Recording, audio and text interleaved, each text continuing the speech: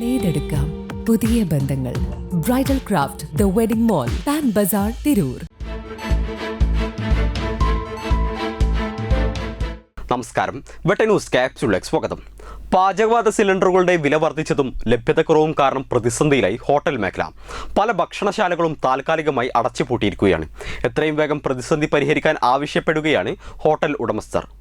പശ്ചിമേഷ്യൻ സംഘർഷങ്ങളുടെ സാഹചര്യത്തിൽ ലഭ്യത കുറഞ്ഞതോടെ ആഗോള വിപണിയിൽ വില കുത്തനെ കൂടിയതോടെയാണ് പാചകവാതകം പ്രതിസന്ധിയിലായത്. ഗാർഹിക ആവശ്യങ്ങൾക്കുള്ളവയ്ക്ക് 60 രൂപയും വാണിജ്യ ആവശ്യങ്ങളുടേതിന് 115 രൂപയുമാണ് വർദ്ധിപ്പിച്ചത്. നിലവിൽ പാചകവാതക സിലിണ്ടറുകൾ പല വിതരണ കേന്ദ്രത്തിലും സ്റ്റോക്കില്ല. ജില്ലയിൽ 3000-ലധികം ചെറുതും വലുതുമായ ഹോട്ടലുകളാണുള്ളത്. ജില്ലയിൽ ഭൂരിഭാഗം ഹോട്ടലുകളും ഗ്യാസിനെ ആശ്രയിച്ചാണ് പാചകം ചെയ്യുന്നത്. വലിയ ഹോട്ടലുകളിൽ ദിവസം 10 മുതൽ 15 സിലിണ്ടർ വരെ ഉപയോഗിക്കാറുണ്ട്.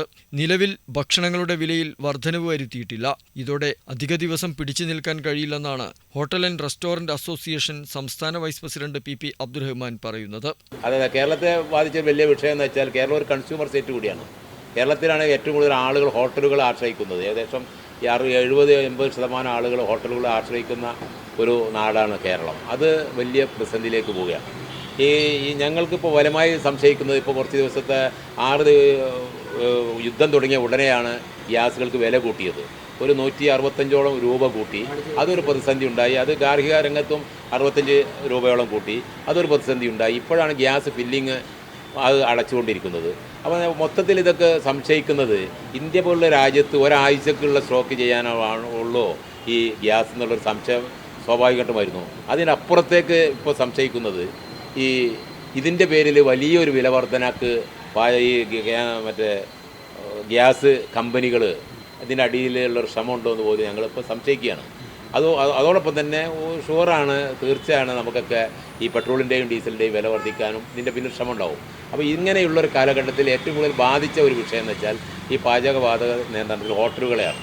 കേരളത്തിലെ ഏറ്റവും വലിയ വിപണി, ഏറ്റവും കൂടുതൽ ആളുകൾക്ക് തൊഴിൽ കൊടുക്കുന്ന ഒരു മേഖല എന്ന നിലക്ക് ഹോട്ടൽ മേഖലയാണ് തൊഴിൽ കൊടുക്കുന്നത്. ഇത് ഞങ്ങളെപ്പോലുള്ള ആയിരക്കണക്കിന് ഹോട്ടൽ ഉടമകളെ മാത്രമല്ല, ലക്ഷക്കണക്കിന് തൊഴിലാളികളെയും ബാധിക്കുകയാണ്. ഇതൊരു ഭാഗത്താകുമ്പോൾ തന്നെ ഞങ്ങളും മറ്റൊരു ഭാഗത്ത് ഗാർഹിക മറ്റ് വീടുകളിൽ ചെന്ന് ഭക്ഷണം കഴിക്കേണ്ടവരെന്നാണ്, അവിടെയും ഇത് ബാധിച്ചിരിക്കുകയാണ്. അപ്പോൾ മൊത്തത്തിലുള്ള ഒരു പ്രതിസന്ധിയിൽ ഇരിക്കുമ്പോൾ അസോസിയേഷൻ അംഗങ്ങളോട് പറഞ്ഞ പാരമ്പര്യത്തിലേക്ക് തിരിച്ചു വരിക എന്നുള്ളതാണ്. കാരണം വിറകടുപ്പിലേക്ക് തിരിച്ചു വരിക എന്നുള്ളൊരു കൺസെപ്റ്റ് കൂടിയുണ്ട്. പക്ഷേ അത് എത്രത്തോളം പ്രായോഗികമാണെന്ന് ഞങ്ങൾക്കറിയാം. കാരണം ന്യൂജൻ കിച്ചണുകളാണുള്ളത്. അതുപോലെ പുതിയ ഭക്ഷണ വിഭവങ്ങൾ ഒക്കെ ആകുമ്പോൾ അത് തിരിച്ചു വരലും ഒരു പ്രയാസമാണ്. എന്തായാലും കേരളം കണ്ട ഏറ്റവും വലിയ പ്രതിസന്ധിയിലേക്ക് നമ്മുടെ നാട് നീങ്ങുകയാണ്. നോമ്പുകാലമായതിനാൽ ജില്ലയിലെ പല ഭക്ഷണശാലകളും താൽക്കാലികമായി അടച്ചിട്ടിരിക്കുകയാണ്.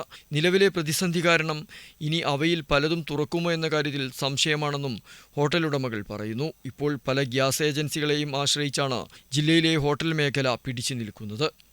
വെട്ടം ന്യൂസ്, തിരൂർ. നേടെടുക്കാം പുതിയ ബന്ധങ്ങൾ. Bridal craft the wedding mall, Pan Bazar, Tirur.